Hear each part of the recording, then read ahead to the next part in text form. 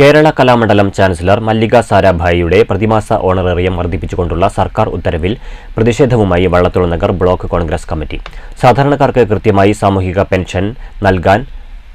സുരക്ഷാ പെൻഷൻ നൽകാൻ പണമില്ലെന്ന് പറയുന്ന സർക്കാർ പ്രതിസന്ധി ഘട്ടത്തിൽ ഭീമമായ തുക ചാൻസലർക്ക് പ്രതിമാസ ഓണറേറിയമായി അനുവദിച്ച് ഉത്തരവിറക്കിയ നടപടി ഒരു തരത്തിലും അംഗീകരിക്കാൻ സാധിക്കില്ലെന്ന് Vallathol Nagar block Congress committee president PI Shanavas പറഞ്ഞു. കലാമണ്ഡലം ചാൻസലറായ മല്ലിക സാരാഭായിക്ക് ഓണറേറിയം എന്ന പേരിൽ യാത്രാ താമസ ഭത്തകളടക്കം 3 ലക്ഷം രൂപയോളം നൽകാനുള്ള സർക്കാർ ഉത്തരവിനെതിരെ പ്രതിഷേധവുമായി വള്ളത്തോൾ നഗർ ബ്ലോക്ക് കോൺഗ്രസ് കമ്മിറ്റി. കലാധ്യാപകർക്കും ജീവനക്കാർക്കും സർക്കാർ ഗ്രാന്റ് കുറവാണെന്ന സാഹചര്യത്തിൽ ശമ്പളം മുടങ്ങുന്ന സാഹചര്യമുണ്ടായിട്ടുണ്ട്. കൂടാതെ കലാധ്യാപകരുടെ നിയമനം തടയുകയും കലാമണ്ഡലത്തിലെ ചിലവ് വർദ്ധിച്ചപ്പോൾ കുട്ടികളുടെ സന്ദർശന ഫീസടക്കം വൻ വർധന വരുത്തിയ സർക്കാർ സാമ്പത്തിക പ്രതിസന്ധി നേരിടുന്ന ഈ സമയത്ത് ഇത്രയും ഭീമമായ തുക ചാൻസലർക്ക് നൽകാനുള്ള നടപടി അംഗീകരിക്കാനാവില്ലെന്ന് Vallathol Nagar block Congress president PI Shanavas പറഞ്ഞു.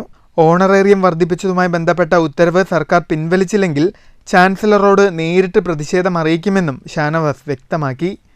അത്രത്തോളം സാമ്പത്തിക ഞെരുക്കത്തിൽ ഉൾപ്പെട്ട് കിടക്കുന്ന ഒരു കലാ സാംസ്കാരിക കേന്ദ്രത്തിൽ ഈ സർക്കാരിൻ്റെ ഗ്രാന്റ് കുറഞ്ഞുപോയി എന്നും അത് കൃത്യമായിട്ട് പലപ്പോഴും ലഭിക്കുന്നില്ല എന്നുള്ള കാരണം കൊണ്ടൊക്കെ കലാ അധ്യാപകരെ പോലും പുതുതായി നിയമിക്കാൻ കഴിഞ്ഞിട്ടില്ല.